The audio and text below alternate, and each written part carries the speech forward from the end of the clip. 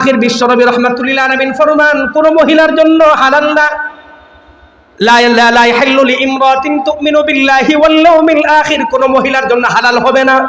কোন মহিলা যেই ব্যক্তি ঈমান রাখে, আল্লাহ এবং ইয়াউমে আখিরাতের প্রতি ঈমান রাখে, ওই মহিলার জন্য হালাল না। কি হালাল না? আন তুহিদ্দা ফাওকা সালাস ইল্লা আলা যাওজ আরবাআত আশহুরি ওয়া আশরা। স্বামী ছাড়া কারো জন্য, মা হোক বাবা হোক ভাই হোক বোন হোক, স্বামী ছাড়া কারো জন্য 3 দিনের অধিক সুখ পালন করার তার জন্য জায়েজ নাই। তবে ইল্লা আলা যাওজিন, তবে স্বামীর জন্য আরবাআত আশহুরি ওয়া আশরা, 4 মাস 10 দিন। তাহলে যতদিন এই মহিলা শোকার্ত, তার জন্য 1 নম্বর বিধান হলো সাজসজ্জা পরিত্যাগ করতে হবে। নম্বর 2, তাকে স্বামীর ঘরে সময় কাটাতে হবে, স্বামীর ঘরের বাইরে যেতে পারবে না। তবে হ্যাঁ, যদি নিরাপত্তাহীনতায় ভোগে, সেখানে সুযোগ আছে তার বাবার বাড়িতে যাওয়ার। নম্বর 2, স্বামী ছিল ভাড়া বাড়িতে, স্বামী মারা গিয়েছে, উপার্জন সক্ষম কেউ নেই, সে উপার্জনক্ষম, স্ত্রী বাসার ভাড়া যোগান দিতে পারছে না। সেই ক্ষেত্রে যদি স্বামীর অভিভাবক রেখে দেওয়া সম্পদ যদি না থাকে ভাড়া পরিশোধ করার মতো, সেই ক্ষেত্রে মহিলা নিজের বাবার বাড়িতে যেতে পারে। এই ছাড়া মহিলা উজর ছাড়া, সহজ কথা, স্বামীর বাড়িতেই থাকতে হবে, স্বামীর বাড়ি ত্যাগ করতে পারবে না। এটা হলো একটা বিধান। আরেকটা বিধান হলো, শোক যতদিন পালন করবে বা ইদ্যতে যতদিন থাকবে, ততদিন পর্যন্ত এই মহিলা বিবাহ বসতে পারবে না। এই মহিলাকে কেউ বিবাহের প্রস্তাবও দিতে পারবে না। একজন মহিলা ইদ্যতের মধ্যে আছে, ইদ্যত চলছে, এই মহিলাকে কেউ বিবাহের প্রস্তাব দিতে পারবে না। স্বামী মারা গিয়েছে, 15 দিন পরে একজন এসে বলতেছে, ও সকিনার মা, টেনশন করো না, ইদ্যতটা কোনোভাবে শেষ হইতে দাও, তোমারে আমি বিয়ে করব। জায়েজ না, এটা হারাম। আমি বলি নেই, আমি ফেসবুকে লিখে পাঠাই দিছি, চিঠি লিখে পাঠাই দিছি, হারাম। তাকে স্পষ্ট, মৌখিক হোক লিখিত হোক, স্পষ্ট বিবাহের প্রস্তাব দেওয়া হারাম তার ইদ্যতকালীন সময়ে। এটা তার জন্য বিধান।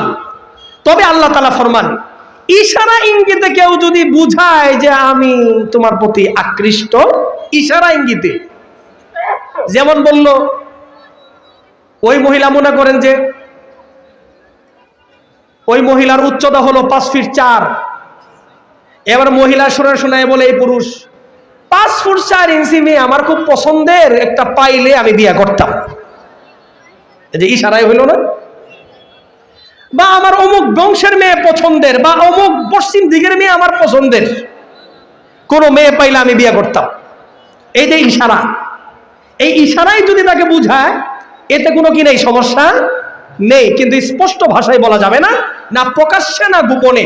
আল্লাহ তাআলা এই সম্পর্কে আয়াতে বলছেন, ওয়ালা জুনাহা আলাইকুম ফীমা আররাবতুম বিহি মিন খিতবাতিন নিসাই আও আকনানতুম ফি আনফুসিকুম আলিমাল্লাহু আন্নাকুম সাতাযকুরুনাহুন্না ওয়ালাকিন লা তুআইদুহুন্না সিররা। আল্লাহ রাব্বুল আলামিন ফরমান, তোমরা অন্তরে যা স্মরণ করো রব্বুল আলামিন তা জানেন। প্রকাশ্যে তাকে প্রস্তাব দিতে পারবে না, প্রকাশ্যে প্রস্তাব দিলে এটা হারাম হবে, আমি আল্লাহর কাছে অপরাধী হিসেবে সাব্যস্ত হবে। এই কারণে তোমাকে জাহান্নামে জ্বলতে হবে। কিন্তু আরেকটা সুযোগ আছে, তোমার অন্তরের মধ্যে যদি এই মহিলাকে কল্পনা করো, বিবাহের কল্পনা করো, প্ল্যান যদি সাজাও, এই মহিলাকে নিয়ে ঘর যদি বাঁধো, অন্তরে অন্তরে, প্রকাশ্যে প্রকাশ করো নাই, স্পষ্ট ঘোষণা করা নাই, আল্লাহ রাব্বুল আলামিন তুমি অন্তরে অন্তরে যেটা চিন্তা করলে, ঘর সাজালে, প্ল্যান করলে, আমি রব্বুল আলামিন সেইটা জানি। আর অন্তরে অন্তরে কল্পনা করার কারণে, অল্প অন্তরে অন্তরে কল্পনা করার কারণে কোনো সমস্যা নাই, তোমার কোনো গুনাহ হবে না। এই ব্যাপারে আমি আল্লাহ তোমাকে ছাড় দিচ্ছি। তাহলে অন্তর অন্তরে ঘর বাঁধা যাবে, কিন্তু এই ঘরটা প্রকাশ্যে বাঁধা যাবে না। ওয়ালাকিন লা তুআইদুহুন্না সিররা, আল্লাহ রাব্বুল আলামিন ফরমান, তবে সাবধান, গোপনে কোনো মহিলাকে, ওই স্বামীহীনা মহিলা যে তালাকপ্রাপ্তা, অথবা কি স্বামী মারা গিয়েছে, ইদ্যতের মধ্যে আছে, শোকার্ত মহিলাকে তুমি ফোন করে হোক, গোপনে হোক, মেসেজ, গোপন একটা চিঠি দিয়ে ইশারায় হোক গোপনে প্রস্তাব দিলা যে তোমাকে আমি বিয়া করব, এটা করবে না তোমরা, সাবধান। ইল্লা আন তাকুলু কাওলাম মারুফা, তবে ইশারায় তুমি প্রকাশ করতে পারবে। মহিলা যদি ইশারায় বুঝে নেয় ভালো। ওয়ালা তাজিমু উকদাতান নিকাহি হাত্তা ইয়াবলুগাল কিতাবু আজালা, তবে সাবধান, তাকে বিবাহ করার স্পষ্ট সংকল্প ঘোষণা করবে না যাবত তাদের ইদ্দত খতম হয়ে যায়। ওয়ালামু আন্নাল্লাহা ইয়ালামু মা ফি আনফুসিকুম ফাহযারুহ, আল্লাহ রাব্বুল আলামিন ফরমান, জেনে রাখো নিশ্চয় রব্বুল আলামিন, আল্লাহ রাব্বুল আলামিন জানেন, নিশ্চয় আল্লাহ রাব্বুল আলামিন জানেন মা ফি আনফুসিকুম, তোমাদের অন্তরে যা আছে। তোমরা কি আল্লাহর কথা মানবে না বিরোধিতা করবে? অন্তরে কি আছে এটা আল্লাহ জানে, এটা আল্লাহ জানেন। ফাহযারু, আল্লাহর বিধানের বিরোধিতা করা ছেড়ে দাও, মরা লাগবে। তোমার কোনো বন্ধু বাঁচাতে পারবে না, কোনো দল বাঁচাতে পারবে না, কোনো ক্ষমতাশীল বাঁচাতে পারবে না। আল্লাহর হুকুমের উপর আইসে যাও, আল্লাহর বিরোধিতা তুমি ছেড়ে দাও।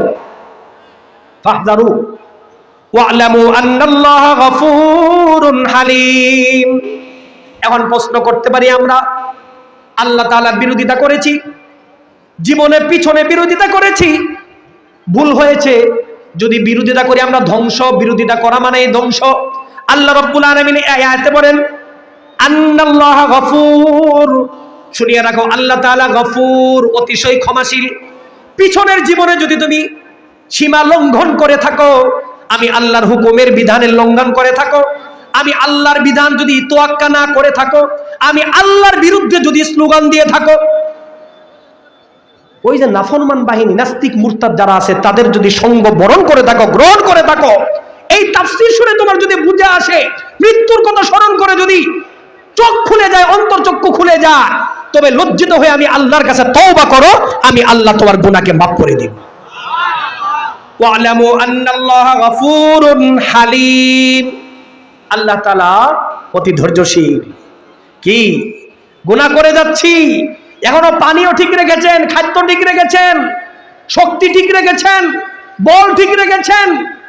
দেখা যাচ্ছে ওই 3 যুগ আগে থেকে আল্লাহর বিরুদ্ধে আঙ্গুল উত্তোলন করছি, আজও আমি বহাল তবিয়তে আছি।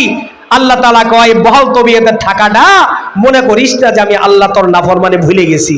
আমি সবচেয়ে বড় ধৈর্যশীল, ধৈর্যের সাথে আছি, দেখছি তোর কোনো বিবেক জাগ্রত হয় কিনা, তোর সুবুদ্ধির উদয় হয় কিনা মৃত্যুর পূর্ব দিন পর্যন্ত, পূর্ব মুহূর্ত পর্যন্ত।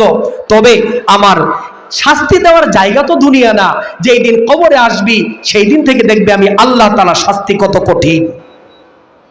আমি ধৈর্যশীল। এরপরে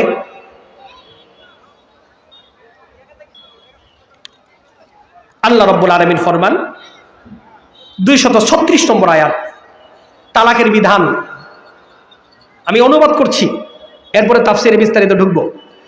লা জুনাহা আলাইকুম ইন তাল্লাকতুমুন নিসা মা লাম তামাসসুহুন্না আও তাফরিদু লাহুন্না ফারিদা ওয়া মাত্তিউহুন্না আলাল মুসি কদরুহু ওয়া আলাল মুকতিরি কদরুহু মাতাআম বিল মারুফ হাক্কান আলাল মুহসিনিন।